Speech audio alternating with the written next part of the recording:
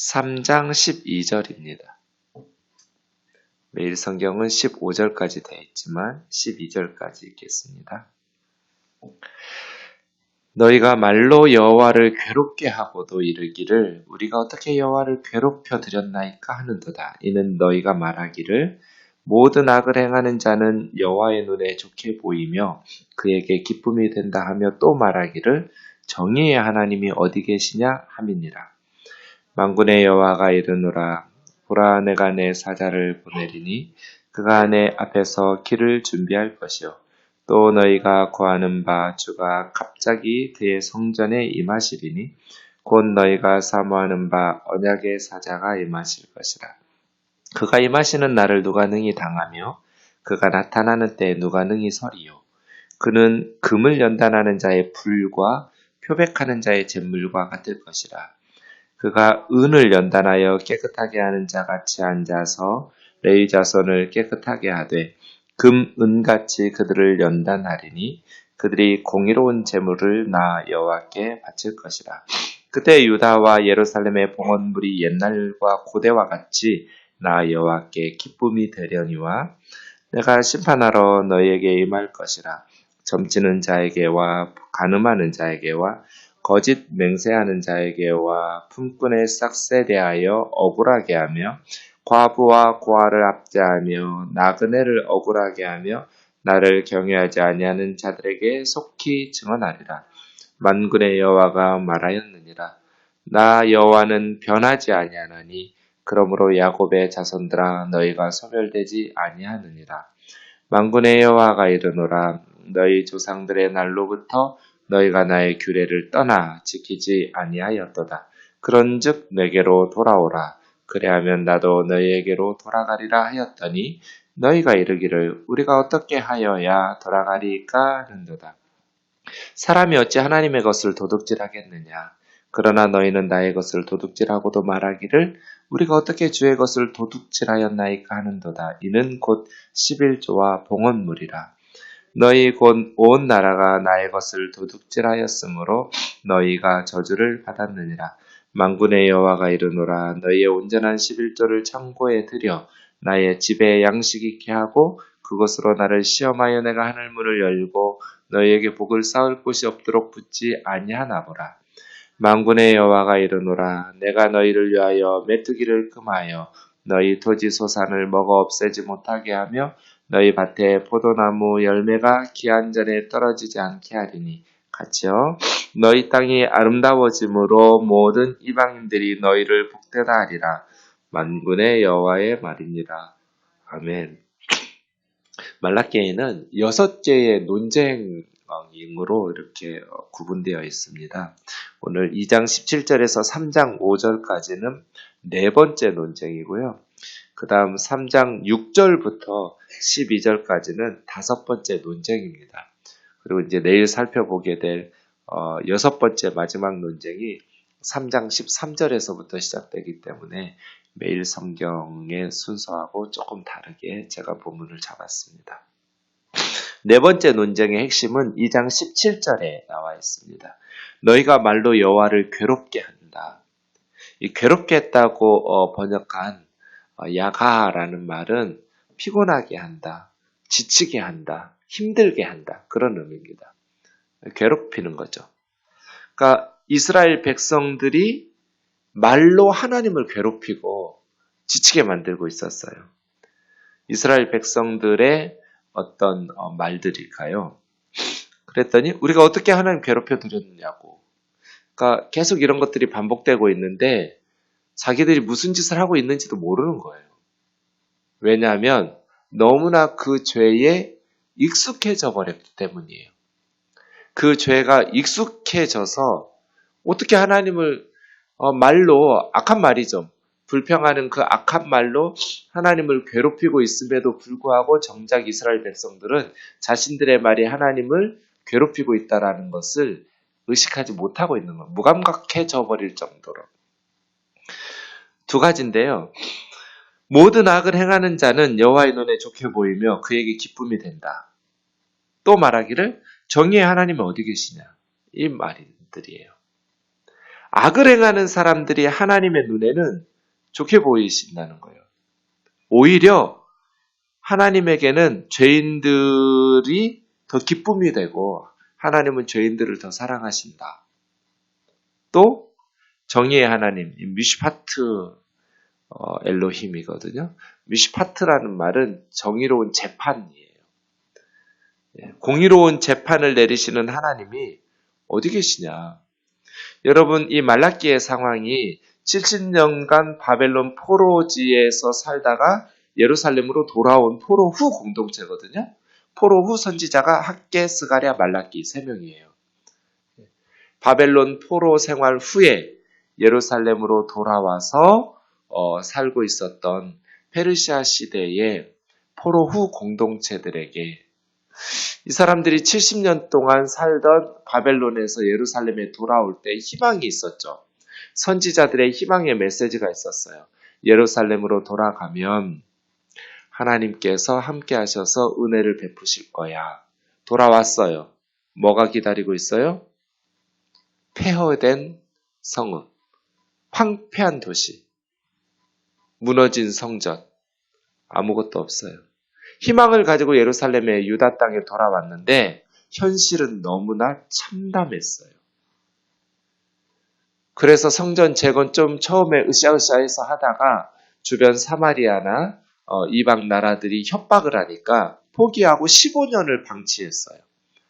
기초 닦고 15년 방치된 것을 학개와 스가랴가 일어나서 성전 재건을 독려했고 주전 515년에 제2성전인 수룹바벨 성전을 솔로몬 성전하고는 비교할 수 없이 초라했지만 성전을 다시 지었어요. 그럼에도 불구하고 희망이 있었어요. 성전을 짓고 나면 이제 우리에게 하나님께서 복을 주실 거야. 성전 지어놨어요. 무슨 영광스러운 축복이 있었어요? 없었어요. 여전히 이방인들은 위협하고 협박하고 생활고에 시달리고 너무나 힘들었어요. 그러니까 이제 서서히 초창기 신앙의 열정들은 식어버리고 각자 도생의 길을 찾기 시작해요. 영적인 공동체를 이루어서 하나님 앞에 나가기보다는 막막한 현실이 치열해지니까 살아남기 위해서 발버둥 치는 거예요. 너무나 고통스러운 현실 속에서 그들은 모든 악을 행하는 자는 여호와의 눈에 좋게 보이며 하나님은 악을 행하는 사람들도 좋게 보신다. 오히려 하나님의 눈에는 그들이 더 기쁨이 된다.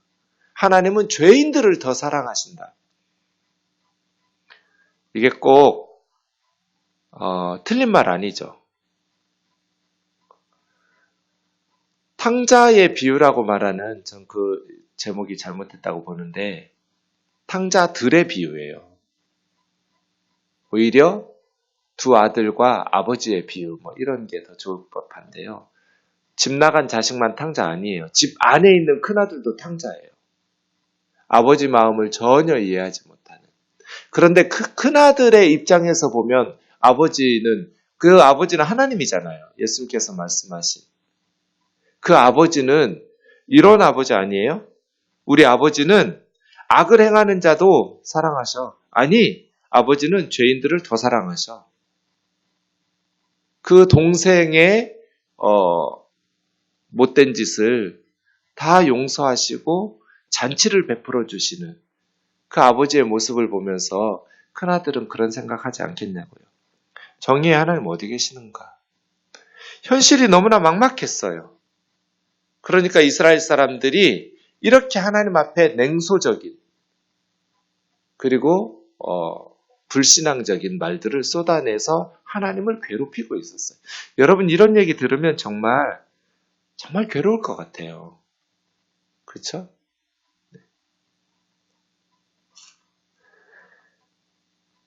끊임없이 그런데 그리스도인들은 이런 불평을 하나님께 하고 있잖아요. 지금도. 현대인들도 이 두 가지 불평을 계속 말하고 있잖아요. 바르게 살아봐야 소용없어. 양심껏 사는 놈만 손해를 보고 억울해. 그냥 현실 속에서 적당히 타협하면서 잘 먹고 잘 사는 게 최고야. 기득권을 가진 사람들, 힘을 가진 사람들은 자자손손 자식들에게 불법적인 방법들을 동원해서 온갖 스펙 쌓아주고 대물림하고 있는데, 신앙 양심 지키는 사람들, 뭐 그래도 하나님은 심판이 없어. 공의로운 재판을 하시는 미슈파트 엘로힘은 어디 계셔? 현실 속에서 끊임없이 이 두 가지 말들을 하고 있어요. 악을 행하는 사람들이 더 잘 살아요. 불법을 행하는 사람들이 더 형통해요. 정의의 하나님 어디 계시냐? 저는 하나님께서 이런 말씀을 좀 들으셔야 된다고 생각해요.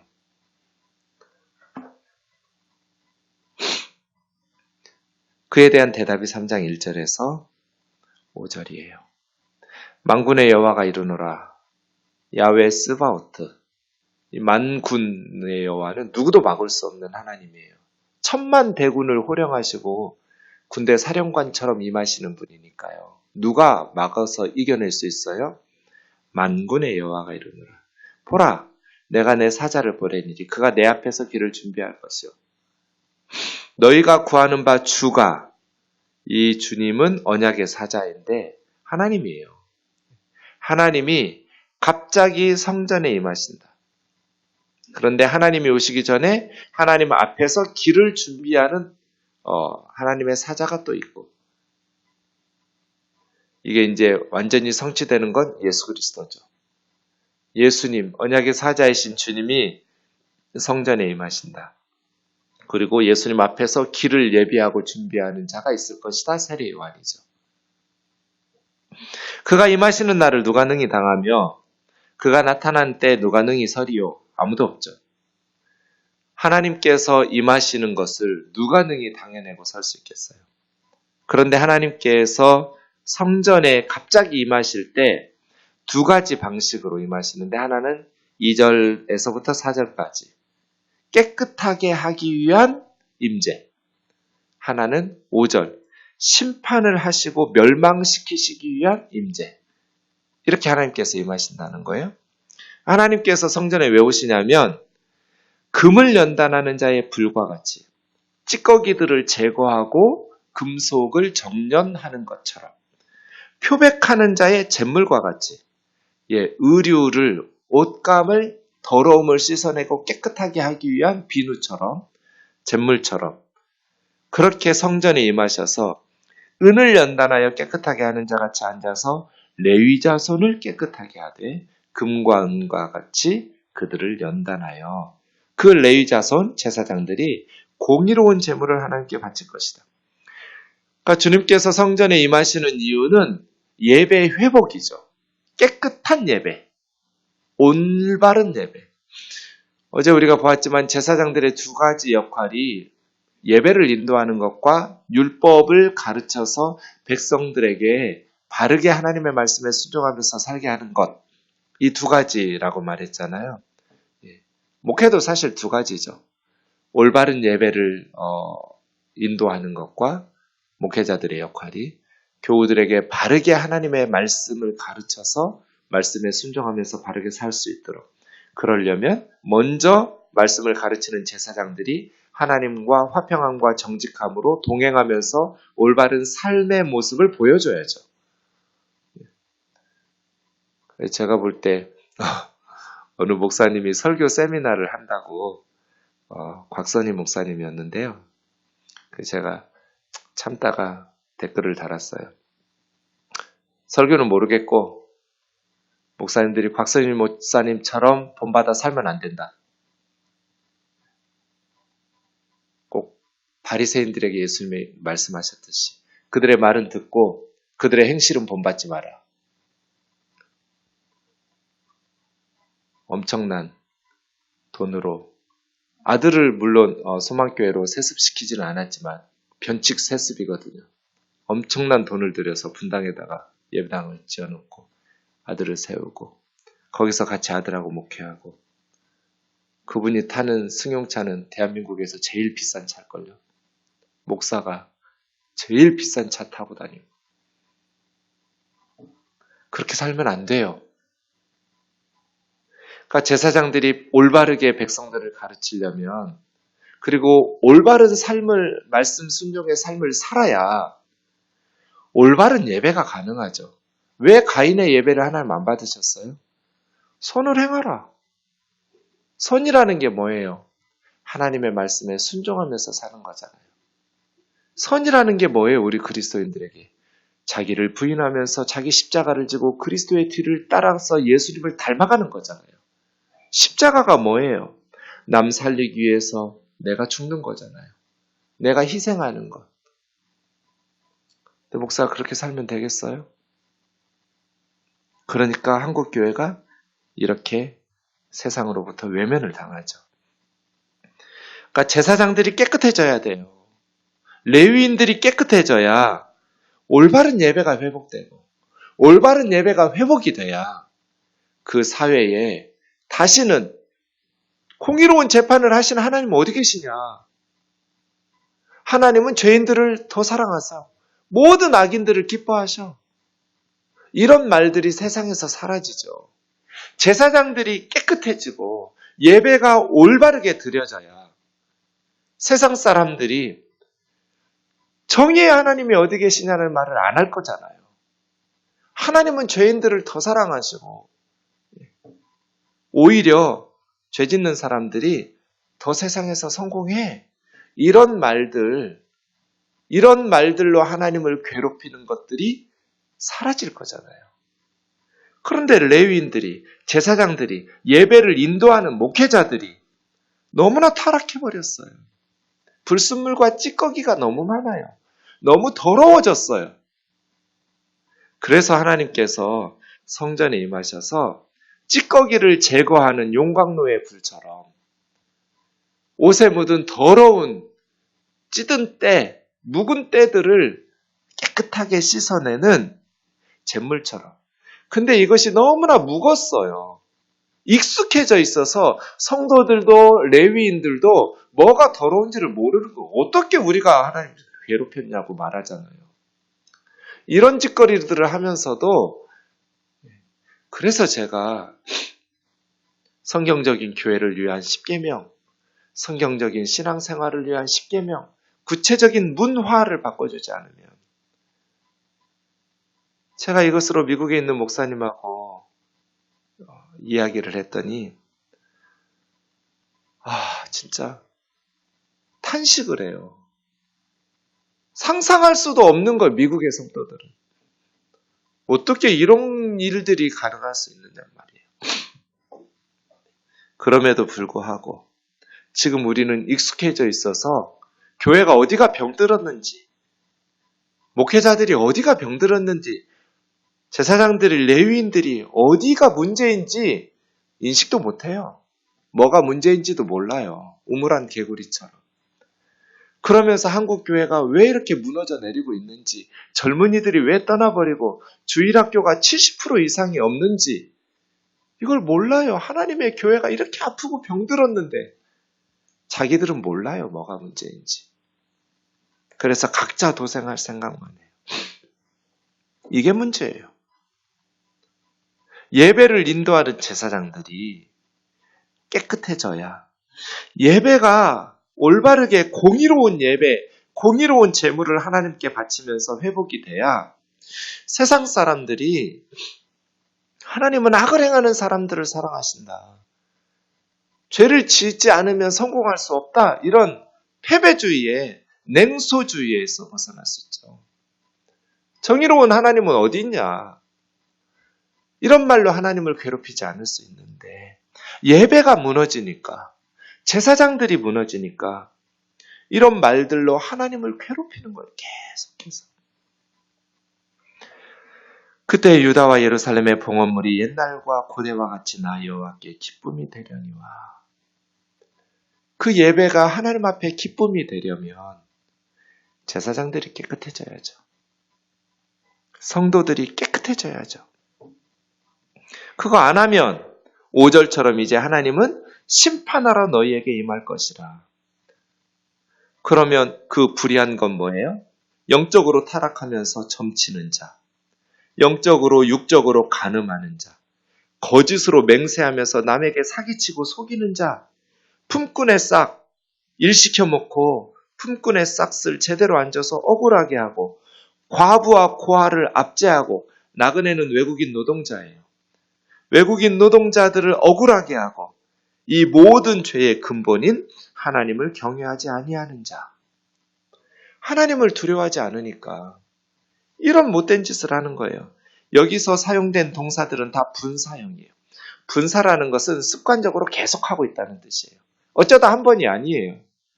계속해서 점쟁이 찾아다니고 간음하고 거짓 맹세하면서 사기치고 품꾼의 싹을 억울하게 하고 과부와 고아, 나그네를 압제하면서 억울하게 하는 하나님을 두려워하지 않는 자들에게 하나님께서는 심판하러 임하실 것이다. 그러니까 세상이 회복되려면 영적인 리더들이 깨끗해져야 되고 올바른 예배를 드려져야 돼요. 그 영적인 부분이 무너지면 하나님은 심판하러 이제 그 공동체에 임하실 거예요. 이것이 네 번째 논쟁이에요. 너희들의 말로 하나님을 괴롭히고 있다. 그런데 지금도 하나님 괴롭혀요. 똑같아요. 그럼 어떻게 해야 되는가? 하나님께서 임재하셔서 예배를 회복시킨다. 그래서 교회를 새롭게 하는 거예요. 예수님께서 성전 청결 사건을 일으켰을 때 유다 종교 지도자들이 예루살렘의 제사장들이 예수님에게 어디서 감히 이런 짓을 해? 이렇게 말해야 되는데 그렇게 말하지 않고 네가 이런 일을 행하니 무슨 표적을 우리에게 보이겠느냐? 이렇게 물었어요. 이 말은 이 말라기 3장 예언이 있었기 때문이에요. 성전에 주님께서 임하셔서 깨끗하게 한다라는 예언이 있기 때문에 바로 이 부분 때문에 네가 그 언약의 사자 성전에 임해서 예배를 회복시키고 성전을 회복하게 한다는 언약의 사자라는 것을 믿을 수 있는 우리에게 보여줄 표적이 뭐냐? 그때 예수님 대답이 뭐예요? 이 성전을 헐라. 내가 사흘 만에 다시 일으키리라. 나는 이 성전을 리모델링하고 요 정도가 아니라 완전히 헐어버리고 새로운 성전을 짓는다. 예수님은 새로운 성전을 지으려 세상에 오신 분이에요. 예수님이 지으신 성전은 뭐예요? 사흘 만에 일으키리라. 십자가에 죽으시고 사흘 만에 부활하신 예수님의 몸이 성전의 모퉁이돌. 그리고 예수님을 믿고 따르는 성도들이 성전의 돌이 되어서 함께 지어져 가는 거죠. 그러니까 지금 성전은 건물이 아니에요. 그 사람들 손으로 짓는 건물은 짓고 예수님은 전혀 새로운 개념의 성전을 말씀하셨어요. 예배당 건축하면서 성전 건축하는 것은 잘못된 표현이에요. 그거 성전 아니에요. 성전은 예수 믿는 성도들이 성전이에요.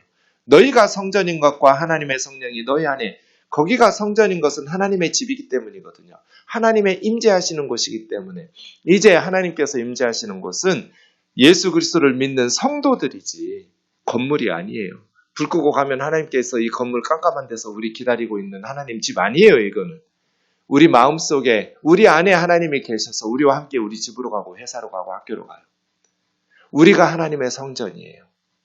이거는 그냥 예배 처소예요. 있어도 되고 없어도 되는. 초대교회는 300년 이상 동안 예배당 건물이 없었어요. 박해 때문에. 훌륭한 교회였어요. 성전들은 하나님의 백성. 이런 개념의 새로운 성전으로 하나님께서 오셔서 새로운 예배, 새로운 성전, 새로운 공동체. 다섯 번째 논쟁 3장 6절에서 12절. 이제 11조 논쟁이에요. 나는 변하지 않는다. 하나님은 변함없는 사랑을 베푸셨어요. 그래서 너희가 소멸되지 않았어요. 이스라엘이 의로워서 소멸되지 않은 게 아니에요. 그런데 너희 조상들의 날로부터 나의 규례를 떠나 지키지 않았다. 내게 돌아와라. 회개해라. 돌아와. 그럼 나도 너희에게 돌아가겠다. 근데 또 말해요. 죄의식도 없어요. 양심도 없어요. 죄에 물들어서. 우리가 어떻게 해야 돌아가리까? 어떻게 회개할까요? 사람이 어찌 하나님의 것을 도둑질하겠느냐? 너희는 내 것을 도둑질하고도 어떻게 주의 것을 도둑질했습니까? 하고 하는도다. 11조와 봉헌물. 너희 온 나라가 나의 것을 도둑질하였으므로 너희가 저주를 받았느니라. 이 포로우 공동체가 11조를 제대로 안 줘요. 그래서 제사장들이 제사장 사역을 안 하고 가서 먹고 살기 위해서 일해요. 제사장 일을 안 해. 느헤미야 13장 10절에서 14절 보니까. 11조를 줘야 제사장들이 제사장 역할을 하는데 11조를 안 줘요. 그러니까 제사장들이 제사장 영적인 사역을 할 수가 없어. 그래서 제사장직을 버리고 일하러 식구들 먹여 살려야 되니까. 이게 포로 공동체 문제였어요. 너희의 온전한 11조를 창고에 들여 나의 집에 양식 있게 하고 그것으로 나를 시험해봐라. 하나님 시험하면 안 돼요. 하나님 시험하다가 망한 적이 한두 번이 아니에요. 광야 40년 동안. 하나님을 테스트하는 건 죄예요. 그래서 이거 계속해서 써먹으면 안 돼요. 하나님 시험해보라고. 아니요. 이건 특별한 하나님의 허용이라고 봐야 돼요. 하나님 의심하고 테스트하고 어떠나 보자. 이건 죄란 말이에요. 그런데 포로우 공동체가 너무나 신앙이 무너져 버렸어요. 그러니 이렇게까지라도 해서 한번 해보라는 거예요. 그래서 내가 너희에게 너희가 가난하고 지금 현실이 막막하고 생활고에 찌들리는데 그래서 11조 안 바쳤는데 너희가 용기를 내어서 10분의 1 줘봐라. 그래서 제사장들 돌아오게 해라. 영적인 순위, 우선순위를 먼저 두고 회복해라. 무너진 영적인 예배와 그러한 사역들을 회복시켜라. 하나님 중심의 삶을 살아라. 그 말이에요. 그러면 내가 하늘의 문을 열고 너희에게 복을 쌓을 곳이 없도록 붙지 않는지 한번 봐라. 메뚜기와 병충해가 사라질 것이고 토지 소산 먹어서 없애는 그러한 일들이 없을 것이고 밭의 포도나무 열매가 기한 전에 떨어지지 않을 것이다. 너희 땅이 기름지고 아름다워져서 모든 이방인들이 너희들을 복되다고 말할 것이다. 해봐. 여러분, 모든 하나님의 말씀 계시라고 그래요. 하나님의 말씀인 하나님의 뜻을 전달하는 하나님의 계시는 역사적 점진적으로 발전을 해요. 그래서 계시는 점진적 발전의 역사를 겪어요. 언제까지 계시가 발전하냐면 예수님 때까지 발전해요. 그래서 하나님의 말씀들이 예수 그리스도를 향해서 발전해 나와요. 이게 무슨 말이냐면 모든 말씀은 예수 그리스도의 말씀과 복음에 의해서 해석돼야 돼요. 구약에 한 구절 성경 있고 그대로 문자적으로 지키라고, 특히 이런 부분들. 11조 안 하면 도둑질하고 있다고. 이런 식으로 말하면서 설교하는 건 잘못됐다고 제가 지금 말하고 있는 거예요. 왜냐하면 하나님의 말씀이 예수 그리스도께까지, 그러면 구약의 짐승제사 지키라는 성경 구절이 얼마나 많아요. 짐승제사 지키라는 말 성경 구절이 있고 이대로 안 한다고 지금 짐승제사 드리는 사람이 어디가 있어요? 그리스도인들 중에. 이대로 안 한다고. 또 지금 이단들은 대부분 그렇죠. 안식일을 지키라고. 안식일은 토요일이에요. 왜 크리스찬들은 일요일을 지키냐? 안식일을 어기냐? 이렇게 말하는 이단들의 말은 뭐가 달라요? 하나님의 계시는 예수 그리스도 때까지 점진적 발전의 역사예요. 계시의 발전의 역사. 짐승제사 왜 안 드려요? 그것은 예수님의 십자가의 희생제사로 완성했기 때문에 안 지키죠. 똑같아요. 토요일이 안식일인데 왜 토요일에 안 쉬고 예배 안 드리고 왜 일요일에 해요? 초대교회 사도들이 안식 후 첫날 예수님이 부활하셨기 때문에, 부활절만 부활주일이 아니에요. 모든 주일은 다 부활을 기념하는 날이에요. 그래서 매 주일로 안식일인 토요일이 아니라 안식 후 첫날인 주님의 부활이 진짜 안식일이니까 그렇게 해서 우리가 주일을 성수하고 지키고 있잖아요. 11조도 마찬가지예요. 구약에서는 11조 안 바치면 하나님의 것 도둑질한 게 맞아요. 레위지파 사람들에게는 땅을 안 줬어요. 땅 분배할 때. 그만큼 당연히 레위지파도 땅을 받아야죠. 그런데 여호수아가 정복한 이후로 레위지파에게는 땅을 안 주고 레위가 차지할 만큼 더 넓은 땅을 다른 지파들에게 주었어요. 그러면서 레위지파에게 11조를 바쳐서 너희는 영적인 사역에 집중하도록 하셨어요. 그게 11조예요. 그러니까 구약시대의 사회제도에서는 11조 안 바치면 레위의 목까지 더 많은 땅과 토지와 이걸 주었는데 다른 지파들에게 11조 안 바치는 이건 도둑놈이에요. 구약에서는 그래요. 그런데 지금 한국 교회에 무슨 목사들에게 땅 주기 위해서 성도들의 땅 안 받은 게 있어요? 더 넓은 땅을 더 넓게 받은 게 있어요? 없어요. 그래서 신약 성경에서 11조 하라는 말이 없어요. 선교지에 가서 특별히 사도 바울이 선교적 상황, 외국 이방 상황에서 유대인도 아닌데 11조 하라는 구절 단 한 번도 말한 적이 없어요. 연보하라는 말은 해요.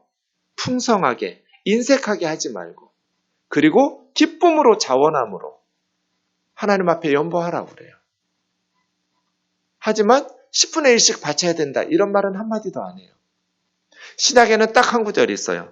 예수님 말씀이 바리새인들이 11조는 철두철미하게 바치면서 아주 그냥 텃밭에 있는 마늘, 배추, 이런 것까지 포기 세워가면서 11조 바치면서 더 중요한 인, 신은 버렸다. 그때 주님 뭐라고 그래? 이것도 버리지 말고 저것도 버리지 마라. 그 딱 한 구절이 있어요. 신약 성경에는. 유대 사회에서는. 그래서예요. 11조만 하나님의 것이고 10분의 9는 내 거예요? 11조 바치면 나머지는 내 마음대로 살아도 돼요? 아니요. 10분의 10이 다 하나님 거예요. 그래서 우리에게는 물질에 하나님 뜻대로 사용하지 않는데 뭘 하나님의 뜻대로 사용하면서 바른 신앙생활 하겠어요? 그 작은 것도 하나님의 뜻대로 쓸 줄을 모르는데 모든 물질은 정말 어려우면 11조를 못 바칠 수 있어요. 살다 보면 어려워질 수 있잖아요. 그런데 살다 보면 또 하나님께서 물질의 복을 주셔서 형통하게 하시면 10분의 1이 아니라 10분의 3, 10분의 9 하나님의 뜻대로 돈은 뭐하러 벌어요? 하나님 일하려고 벌죠. 하나님 기쁘시게 하려고. 나에게 하나님께서 많은 물질 주시면 10의 3이든 10의 5든 그렇게 하나님께 바치고 내가 너무나 어렵고 힘들면 20분의 1이든 50분의 1이든 그게 무슨 의미가 있어요. 그래서 이런 구절, 구약 성경 구절 읽어가면서 11조 바치지 않는 성도들은 도둑놈들이라고 욕하면서 무슨 식으로 복을 받겠느냐라고 말하는 것은 옳지 않다. 하나님의 말씀은 점진적 계시의 발전을 이룬다. 그럼 지금 이 복음은 어떻게 해석해야 되는가? 먼저 영적인 부분에서 무너진 부분들을 회복시켜라. 제사장들이 사라져버렸잖아요. 회당에서 말씀을 안 가르쳐줘요. 예배가 못 드려져요. 느헤미야 13장에 있는 것처럼. 그러니 먼저 영적인 부분을 회복시켜라. 하나님 앞에 먼저 드려야 될 것, 그의 나라와 그의 의를 구해라. 그리고 나야 세상에서 하는 일들이 우리에게 형통하고 하나님께서 복을 주셔야 우리 곡식 창고에 곡식이 있죠. 영적인 일은 무시하고 학원만 다닌다고 공부 잘해요? 하나님 앞에 예배 드리고 하나님 앞에 먼저 영적인 부분들, 무너진 부분들을 회복시키고 그리고 나서 세상 일들을 해야 그 세상 일들을 하나님께서 복 주셔서 형통하게 하죠. 우선순위가 바뀌었잖아요. 하나님의 백성들이 하나님 앞에 돌아오는 것, 영적인 부분들을 먼저 회복시켜라. 기도를 회복시켜라. 예배를 회복시켜라. 헌금을 회복시켜라. 꼭 10분의 1이냐 이 숫자가 중요한 게 아니잖아요. 그러면 하나님께서 세상에서 행하는 너희의 모든 일에 복을 주는지 안 주는지 테스트해봐라. 네. 대표적인 표본이 저예요. 아무것도 없었어요. 그런데 너무나 많이 주셨어요. 하나님 앞에 미안할 정도로 부어주세요.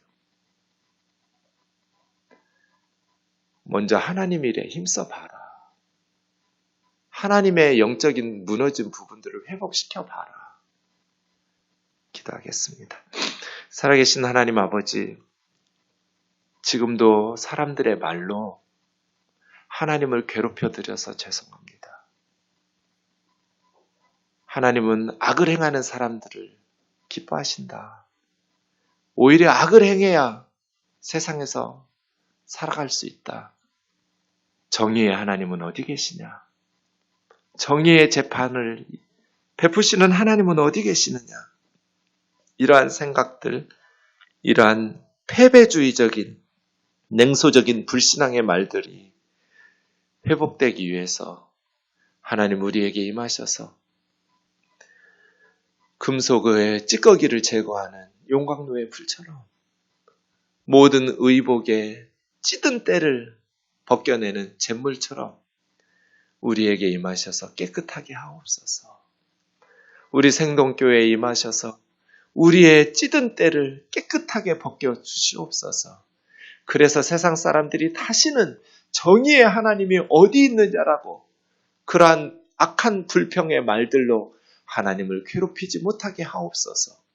영적인 부분들을 먼저 회복시키게 하옵소서. 성경 함부로 말하면서 성도들을 겁박하지 말게 하옵시고 먼저 우리가 무너진 영적인 부분들을 회복시켜서 하나님 앞에 나아갈 수 있도록 주님 도와주옵소서. 예수님의 거룩하신 이름으로 기도하옵나이다. 아멘.